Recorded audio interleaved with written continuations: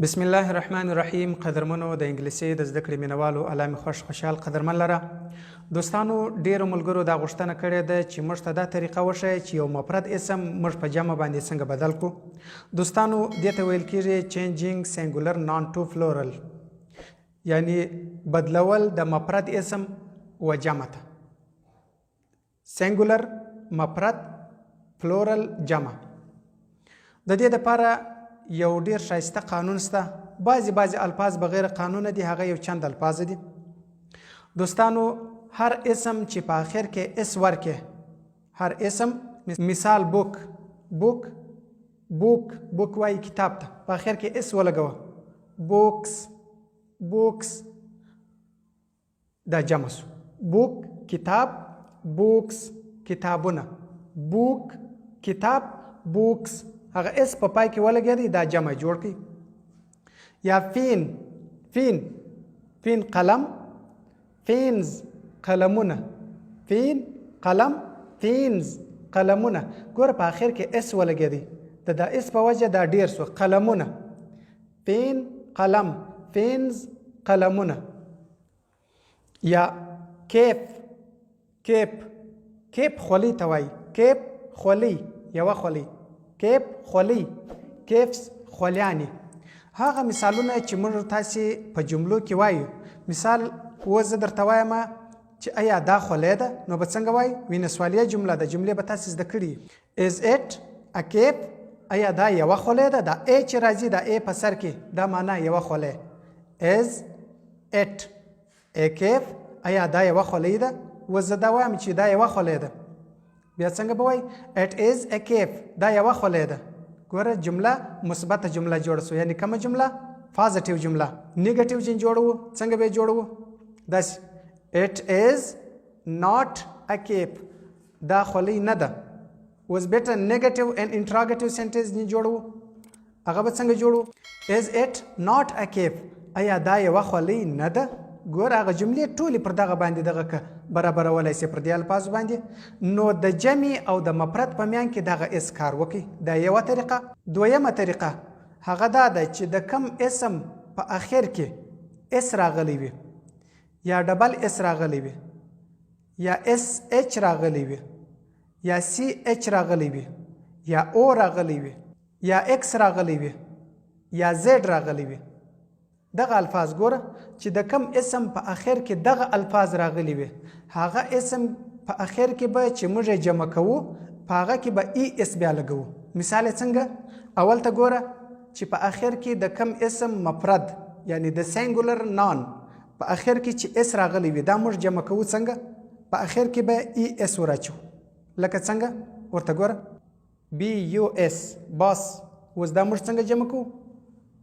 باسز، ای اس پسې ولګوه، باره جمع جن جوړه سوه. چې جن جوړ سو؟ فلورل موږ د سینګولر سره جوړو. سینګولر خو چی شو؟ باس. جمع یې چی راځي؟ فلورل یې چی سو؟ باسز، یعنی ای اس پسې ولګوه، دا جمع جوړه سوه. یا ګیس، جی ای اس، ګیس پسې ای اس ولګوه، جمع جن جوړېږي. ګیسز دا جمع جوړه سوه. دا د اس مثال شو چې د کم مفرد اسم په آخر کې اس راغلی وي. چې د کم مفرد اسم په آخر کې دوه واره اس راغلی وي، یعنی ډبل اس راغلی وي، هغه به څنګه وي؟ هغه داسې ګیلاس. دلته ورته ګوره ډبل اس په آخر کې دی د دې اسم، یعنی دا نان په آخر کې چې شي دی؟ سینګولر نان دی، ډبل اس په آخر کې دی، ګیلاس. اوس به دا موږ جمع کوو څنګه؟ خالي ای اس پسې ولګوه. لکه څنګه؟ ګیلاسز ای اس وینې، ګیلاسز دا جمع جوړ سو. دا دوه. دریم هغه اسم چې په آخر کې یې اس اچ راغلی وي، اس اچ، لکه برش په آخر کې چې راغلی دی؟ اس اچ. اوس موږ دا جمع کوو چې به ورلګوو په آخر کې ای اس به ورلګوو. لکه برشز دا د اس اچ مثال سو. د کم سینګولر نان په آخر کې چې سی اچ راغلی وي، دا چې موږ فلورل ته اړوو، یعنی جمع ته اړوو. څنګه به اړوو؟ په دې کې به آخر ای اس لګو لکه واچ واچ واچ ګړۍ واچز واچز ګړیانې ډېرې یا ساعتونه ډېر یا بل مثال پیچ پیچ پیچ وایي شفتالو ته پیچ پیچز ګوره سی ایچ په اخر کې دی موږ ای اس پسې زیاتوو پیچز شوتالو پیچ شوتالو پیچز شوتالوګان ډېر د کم اسم په اخر کې چې او راغلی وي او د مخه لفظ یې کانسوننټ وي کانسوننټ به تاسو زده کړي وي د کم لفظ په اخر کې چې او راغلی وي د مخه لفظ یې کانسوننټ وي دغه او یعنی دغه لفظ دغه سینګولر چې جمع کوو په اخر کې ای اس موږ لګوو لکه ټمیټو ټمیټو ټمیټو اوس موږ جمع کوو یې څنګه ټمیټوز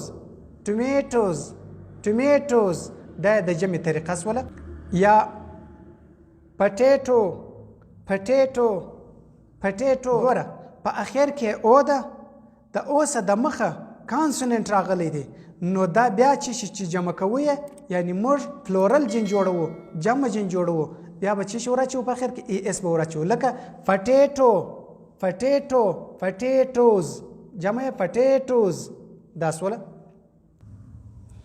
او کم سنګولر نان چې په اخر کې ایکس راغلی وي هغه بیا چې موږ جمع کوو په اخر کې به ای اس وراچوو لکه څنګه لکه باکس باکس باکس صندوق پیټی باکس باکس جمع کوو به څنګه ای اس به په اخر کې خالی ور ولګو باکسز باکسز صندوقان یا فوکس بل مثال فوکس فوکس ګیدړه فوکس جمع کوو به څنګه فوکسز ګیدړې او د کم اسم په اخر کې چې زی راغلی وي یعنی زیډ چې بیا یې موږ جمع کوو هغه به په اخر کې ای اس وراچوو لکه ټافز ټافز په اخر کې موږ اوس ای اس ورځ اضافه کوو هغه به چې جن جوړ شي بیا به فلورل جن جوړ شي ټافیزز ټافیزز ټافیزز ټافیزز دا د جمع طریقه سوله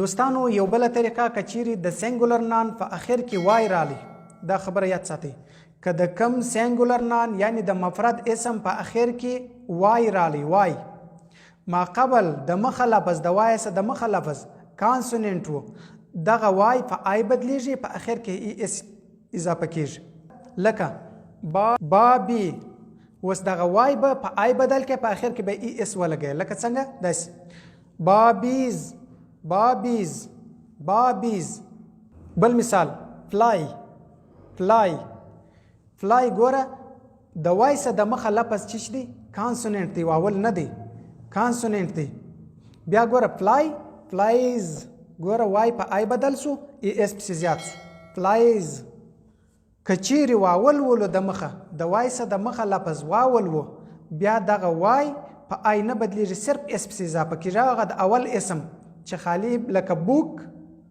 بوکس خالی اس پسې اضافه کړه لکه څنګه لکه بوای بوای اسم دی په وای ختم شوی دی خو د مخه د وای څه چې دی واول دی نو بوای بوایز اس نه یوازې په اس باندې پر کیږي دا بل او بل کچيري د هر سینګولر نان په اخر کې اف راغلی وو یا اف ای راغلی وو دا اف یا اف ای دا په وی سره بدلیږي په اخر کې ای اس ور اضافه کوو لکه لیف لیف ګوره په اخر کې اف دی دا اوس دا اف موږ په وی بدلو بیا په اخر کې ای اس پسې اضافه کوو دا جمع جن جوړو لیف یوه پاڼه لیفز لیفز ډېرې پاڼې دا طریقه سوه یا په اخر کې اف ای راغلی وي لکه نایف نایف نایف کې نایف به نه وایه ځکه سایلنټ لیټرز تاسې زده کړي دي نایف ګوره په اخر کې اف ای راغلی دی دا اف ای موږ راخو په وی سره بدلو په اخر کې ای اس ور اضافه کوو سینګولر نان راخو په پلورل نان باندې بدلو یعنی په جمع بدلو لکه نایفز نایفز نایفز دا وی ته به د اف आवाज ورکړي دا یو قانون بل یاد وساتئ په اخر کې که وی راغلی یو په وی پسې ای وله دغه وی چې دی دا د اف आवाज کوي ګوره دی داسې आवाज ورکوي لکه نایفز نایفز. داسې ډېر الفاظ ته چې بغیر قانون جمع کېږي، هغه چند الفاظ دي، هغه دغسې زده کېږي، دغسې به یادوي. مثال دی د شمار الفاظ دي، دی نه دي چې بې شماره دي. لکه چیلډ، چیلډ یو هلک، یو کوچنی. چیلډرن ډېر کوچنیان. اوس چیلډ چیلډرن دلته خو نه ای اس کې اضافه سو نه اس کې اضافه سو. چیلډرن دا رقم ډېر الفاظ دي، څه دی په شمار سره معلوم الفاظ دي، هغه به دغه زده کړي. یوه بله خبره یاد ساتئ چې په کوم لفظ کې دوه واره یو حرف دوه واره راغلی وي، د واول سماسیه وه، د واول سماسیه وه، نور کانسوننټ لفظونه غبرګېږي، دوه واره کېږي. د دې غوښتنه هم کېږي چې دا ولې. دوستانو په دې کې دوې وجې راځي. یوه دا وجه ده که چیرې پر کم لفظ باندې تکیه ډېره کېدل، هغه هم ډبل کېږي. لکه ګیلاس، ګیلاس ګوره دلته هېڅ دغه نشته، صرف پر دا اس باندې لږ څه تکیه زیاته کېږي نو ډبل سو. او بل که چیرې په مابین کې د دوو واولو راغلی، دې خوا ته هم سنګل واول و یعنی مفرد واول و، سنګل یعنی مفرد، پر دې خوا هم مفرد و، یو واول پر دې خوا و یو واول پر دې خوا و. هر کانسوننټ که د دوو واولو په میان کې رالی، دغه کانسوننټ به ډبل کېږي. دا یو. او که چیرې پر یوه خوا باندې یو واول و، پر بله خوا دوه واوله و، هر طرف ته چې که مخته یې که شاته یې د دغه کانسوننټ، دا کانسوننټ بیا نشي ډبل کېدی. دا خبره یاد ساتئ، یو واول به پر یوه خوا یو واول به پر بله خوا. ګوره سنګل سنګل ډبل نه، سنګل واول یعنی یو سنګل به پر دې خوا یو سنګل به پر دې خوا، بیا دا کانسوننټ ډبل کېدلی شي. که چیرې پر یوه خوا ډبل واول و، پر یوه خوا سنګل و، دا بیا دا کانسوننټ نشي ډبل کېدلی. اکثره ځایو کې دا وګورئ، دغه قانون څه ورته یعنی اکثریت کې دا رقم کېدای شي، ممکن داسې هم وي چې یو ځای واول راغلی، یوه خوا او بلې خوا ته راغلی وي، خو کانسوننټ نه ډبل سوی. دوستانو الله دې وکړي چې په دې سبق مې سر خلاص سوی وي. د نن سبقه سخت ضرورت و، ځکه موږ ټینسو ته داخلیږو. د دې بعد په ټینسو کې چې موږ داخل سو، نو موږ ته دا ضرورت راځي چې جمع زده کړو، مفرد زده کړو، یعنی سنګولر زده کړو، پلورل زده کړو. سنګولر موږ نن زده کړي چې هغه مفرد ته ویل کېږي، جمع مې زده کړه چې پلورل ورته ویل کېږي په انګلیش کې، پلورل سنګولر. دا دوه لفظونه مې نن زده کړه.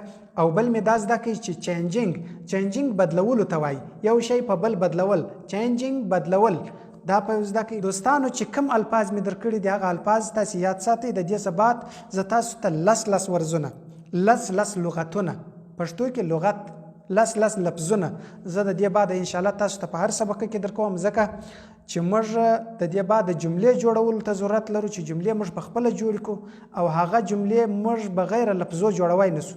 چې کوم لفظونه موږ ویلي دي پر هغو یې جوړولی سو، د هغو څخه هاخوا ته نور لفظونه موږ نسو استعمالولی. نو دا لس لفظونه انشاءالله زه د دې بعد په هر سبق کې تاسو ته د سبق په اخر کې درکوم، او ټینسو ته هم انشاءالله داخلیږو. خوشحال قدرمن اوسئ. السلام علیکم ورحمة الله وبرکاته.